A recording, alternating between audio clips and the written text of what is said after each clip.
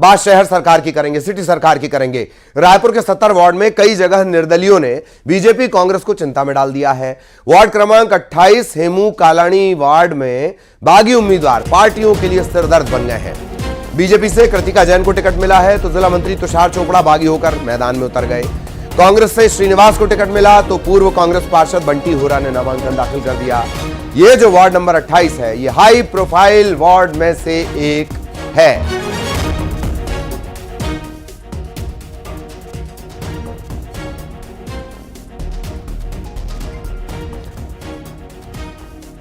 सत्तर वार्डों में कई जगह, राजधानी रायपुर में 70 वार्ड और 70 वार्ड में कई जगह जो निर्दलीय हैं, अब वो बीजेपी कांग्रेस दोनों के लिए चिंता का सबब बन चुके हैं।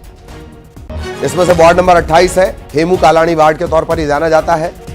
बीजेपी से कृतिका जैन को टिकट मिल गया तो जिला मंत्री तुषार चोपड़ा बागी हो गए।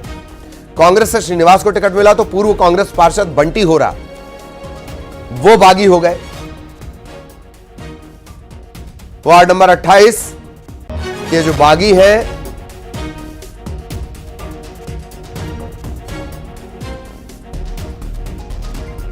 रायपुर से सहयोगी आकाश हमारे साथ जुड़े हुए हैं। आकाश, क्या बीजेपी, क्या कांग्रेस, ऐसा लगता है कि बागी वोट बैंक की बैंड जरूर बजा देंगे? आकाश।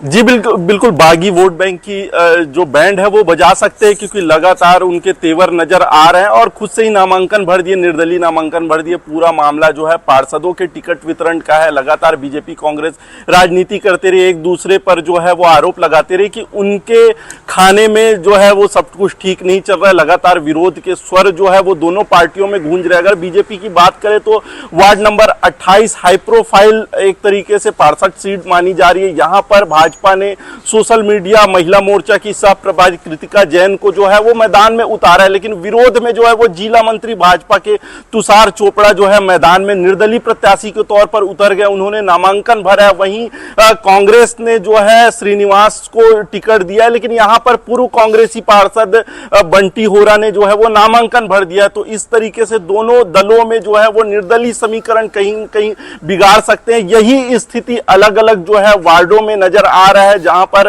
कई बीजेपी कार्यकर्ता है, कई कांग्रेस कार्यकर्ता है, वो अलग अलग तरीके से अपने नामांकन दाखिल कर दिए हैं। तो समीकरण बिगड़ने की स्थिति बन रही है। हालांकि बीजेपी कांग्रेस पर आरोप लगा रही कि उनकी पार्टी में जो है वो खुलकर विरोध हो रहा है, सही तरीके से समन्वय नहीं बिठा पा रहे। लेकिन बीजेपी की भी स्थिति यही है। इस पर डिप्टी सीएम अरुण साव ने कहा है कि जो रूठे हैं उन्हें मना लिया जाएगा। कई जो विरोध करने वाले थे, जिनको टिकट नहीं मिला था, वो प्रदेश अध्यक्ष किरण देव के पास, संगठन के पास भी जाते दिखे, लेकिन उनका मान मनोबल जो है उसी तरीके से किया जाता रहा है। तो देखना होगा कि 31 तारीख नामांकन की अंतिम तिथि है और इस तिथि में ये नाम वापस ले पाएंगे या नहीं। जी बहुत धन्यवाद आकाश, इस पूरे अपडेट के लिए, इस पूरी जानकारी के लिए। आकाश विस्तार से जानकारी दे रहे थे।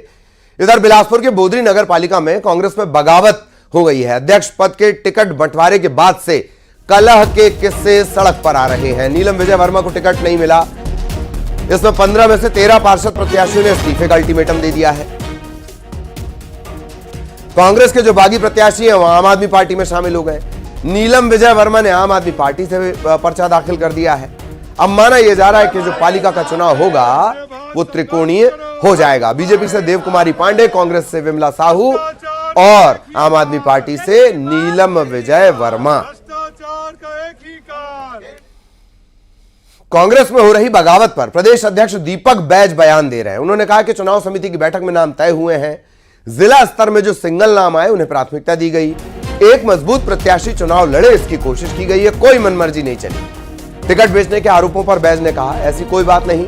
टिकट नहीं मिलने पर कई बार नाराजगी होती है।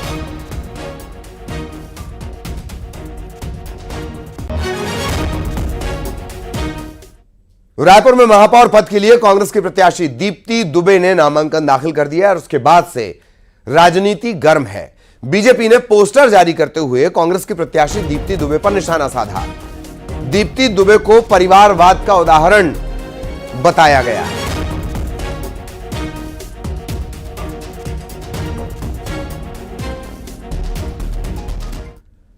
और छत्तीसगढ़ कांग्रेस ने भी कार्टून पोस्टर जारी किया है। कांग्रेस ने सोशल मीडिया पर एक्स पर यह पोस्टर जारी किया है। कार्टून के जरिए बीजेपी पर तंज कसा गया है।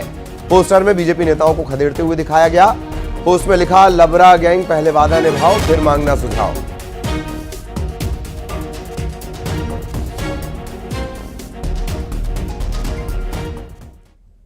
और धमतरी में महापौर के लिए कांग्रेस के प्रत्याशी विजय गोलछा के नामांकन पर बीजेपी ने आपत्ति लगा दी है।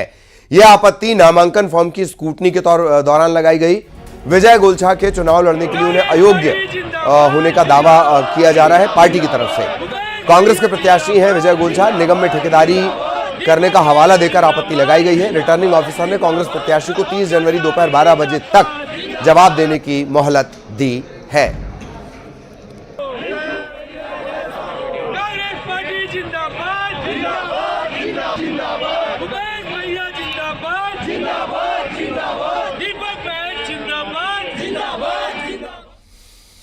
बिलासपुर में बीजेपी की प्रत्याशी पूजा विधानी के नामांकन में रोड़ा अटक गया है। जाति प्रमाण पत्र को लेकर कांग्रेस के प्रत्याशी की तरफ से आपत्ति जताई गई है।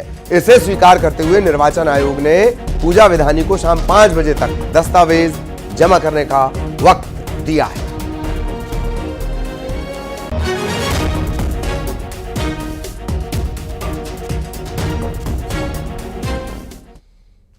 इधर कोरबा जिले की कटघोरा नगर पालिका परिषद में मतदान से पहले बीजेपी का खाता खुल गया है।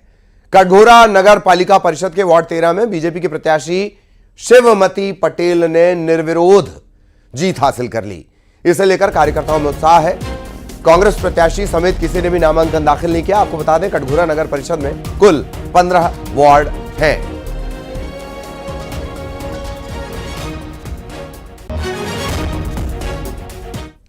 इधर दंतेवाड़ा में 3 इनामी नक्सलियों ने आत्मसमर्पण कर दिया है। इनमें से 2 महिला नक्सली हैं। एक महिला नक्सली पर 3 लाख का इनाम था, दूसरी महिला नक्सली पर 2 लाख का इनाम था और तीसरा जो नक्सली है इस पर 1 लाख का इनाम था।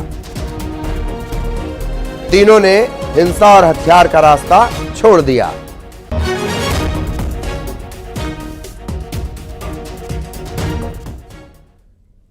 कांकेर में मां की हत्या के आरोप में बेटे को गिरफ्तार किया गया है। डंडे से पीट कर मां के मर्डर का आरोप इस पर है।